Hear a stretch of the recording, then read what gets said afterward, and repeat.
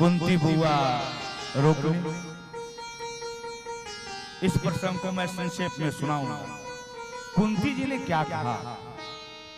कुंती जी बोली कि तुम जाओ, हम मना नहीं करेंगे, लेकिन एक वरदान देकर के जाओ।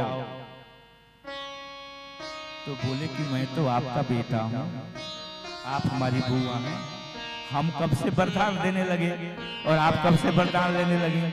ये उल्टी गंगा क्यों बहा रही हो बुआ?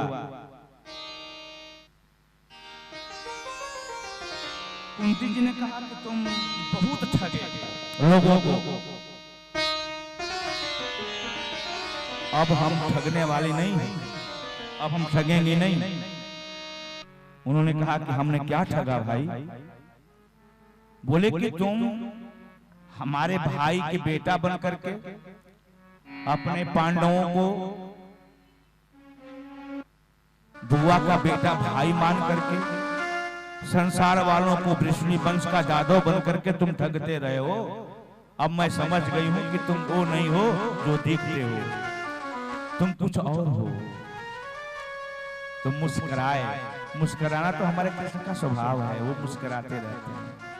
उन्होंने सोचा आज बुआ जान गई असली बात, तो पहले से जानती थी, मानती भी थी, पहचानती भी थी, परंतु आज अब दुनिया वालों को जनाना चाहती है कि मैं क्या हूं।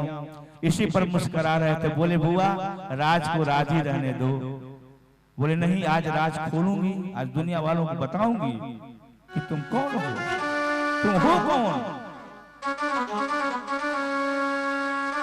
तो कुंती जी ने पहले प्रार्थना, नमस्ते पुरुषम त्वाद्यम, तुम आदि पुरुष हो, परब्रह्म हो, संपूर्ण सृष्टि के रचयिता हो, सबके पालक हो, सबके संहारक हो, तुम अनादि हो। नमस्ते पुरुषम त्वाद्यम ईश्वरम प्रकृते परम, तुम प्रकृति के परे हो, ये सारी प्रकृतियां तुम में निवास करती हैं।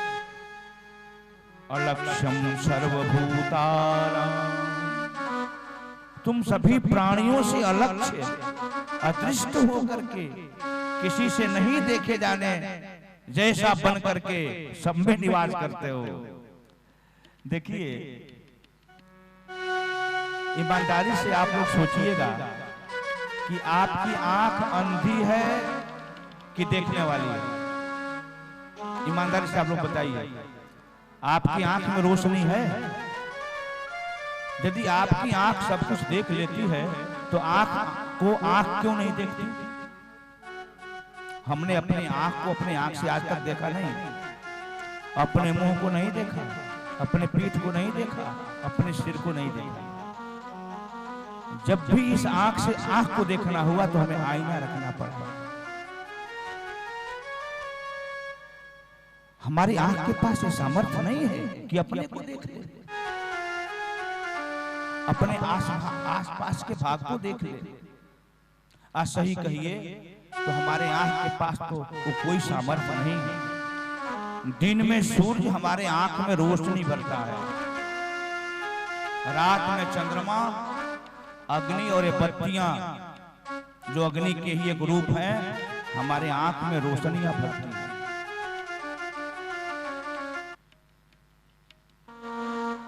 यदि अग्नि न रहे, चंद्रमा न रहे, सूर्य न रहे, ये भादों का माह चल रहा है, आपके घर में बिजली भी कट जाए, भादों की अंधियारी रात हो, तो आप अपनी आंख से अपने हाथ को भी नहीं देख सकते।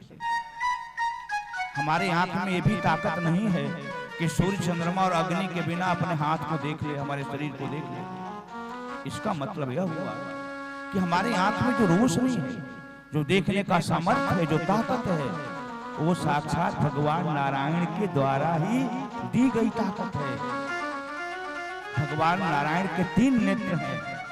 एक नेत्र का नाम है सूर्य, जब उस नेत्र से देखते हैं तो दिन हो जाता है। एक नेत्र का नाम है चंद्रमा, उस नेत्र से देखते हैं तो रात्रि होती है। और कभी कभी चंद्रमा को बादल विलुप्त कर लेता है तो भगवान तीसरे नेत्र अग्नि से देते हैं तो संसार के लोग उससे देख पाते हैं। ये प्रकृति के परे तो हम अपने नेत्रों से जो देख रहे हैं उतना ही देखना हमारे लिए है, यह मानना हमारे लिए अच्छी बात नहीं है। अलक्ष्यम सर्वभूता, और तुम तो इस प्रकृति के परे हो, इसलिए सूर्य चंद्रमा और अग्नि से देखे नहीं जा सकते हो। इसलिए तुमको देखने के लिए तो परमहंस महामुनियों महापुरुषों का आश्रय लेना पड़ेगा। इसलिए परमहंस महामुनियों का आश्रय लेकर के मैं जान गई हूँ कि तुम कौन हो। तुम हमारे वंश की रक्षा करते रहे हो, इसलिए मैं समझ गई हूँ कि तुम रक्षा करते रहो। इसके लिए एक चीज की आवश्यकता है। अभी तक इस संसार में वरदान मांगने वाले जितने लोग हुए हैं, कुंती की तरह वरदान मांगने वाला कोई नहीं हुआ। कुंती जी ने जो वरदान मांगा वो आप लोग ध्यान से सुनिए। विपतः सन्तु नः शश्वत्, एक विपत्ति नहीं, दो विपत्ति नहीं, बहुत सी विपत्तियां। विपतः सन्तु नः शश्वत् तत्र तत्र जगद्गुरु भवतो दर्शनम यत्स्या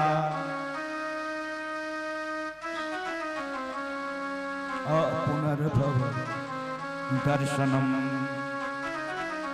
हमारे जीवन में हमारे पुत्रों पर, हमारे परिवार पर बार बार हजार हजार विपत्तियां आती रहे। विपतः सन्तु नः शश्वत्, और नित्य निरंतर आए, सदा विपत्तियां ही आती रहे, हम कभी सुखी न हो। हमें यही वरदान आप दे दीजिए। अब तक जो हंस रहे थे, मुस्कुरा रहे थे, अब रोने लगे। अब आंखों में आंसू भर गए। पूछे कि आपने अपने जीवन में कोई ऐसा एक क्षण बताइए जिस क्षण में आप सुखी रही हो। आप तो निरंतर विपत्ति में ही रही हैं। आपके जीवन में कभी सुख आया ही नहीं, आप तो केवल दुख ही दुख भोगी हैं। पिता के घर में कुमारी थी तो पिता ने आपको, कुंती भोज ने आपको दे दिया, पुत्री के रूप में प्राप्त किया। कुंवारी में भी पुत्र होने को रहा, तब दुखी हुई। पांडु महाराज से विवाह हुआ, युवावस्था में वो चल बसे। देवताओं की आशीर्वाद से 5 पुत्र पाई। जब से पुत्र पाई हैं तब से आपके बेटों पर विपत्तियों का सागर, विपत्तियों का पहाड़ टूटता रहा है। विपत्ति के सागर में डूबते रहे और पहाड़ के नीचे दबते रहे। अब तो महाभारत हो गया, अब सुख के थोड़े से दिन आए हैं तो अब आप दुख मांग रही हैं। तो बोले कि बस बस बेटा, यही मैं सोच रही थी कि जब जब विपत्ति रही है तब तक तुम मेरे साथ रहे हो, आज जब विपत्ति समाप्त हो गई है तब तुम छोड़कर चले गए हो। और जब छोड़कर चले गए हो तब तब मेरे बेटे उल्टा सुल्टा काम करके अपने आप को दुख में डाल दिए। एक बार तुम आए, इंद्रप्रस्थ दिलवाए, वहां का राजा बनाए, फिर जब तुम चले गए द्वारिका तो जुआ में सारी संपत्ति हार गए। इसलिए मैं चाहती हूं कि कभी भी हमारे बेटों, हमारे परिवार और मेरे ऊपर सुख की छाया न पड़े, हम बराबर दुख नहीं, ताकि तुम्हारा दर्शन नित्य निरंतर होता रहे। देखिए, हम जिसको विपत्ति मानते हैं वस्तु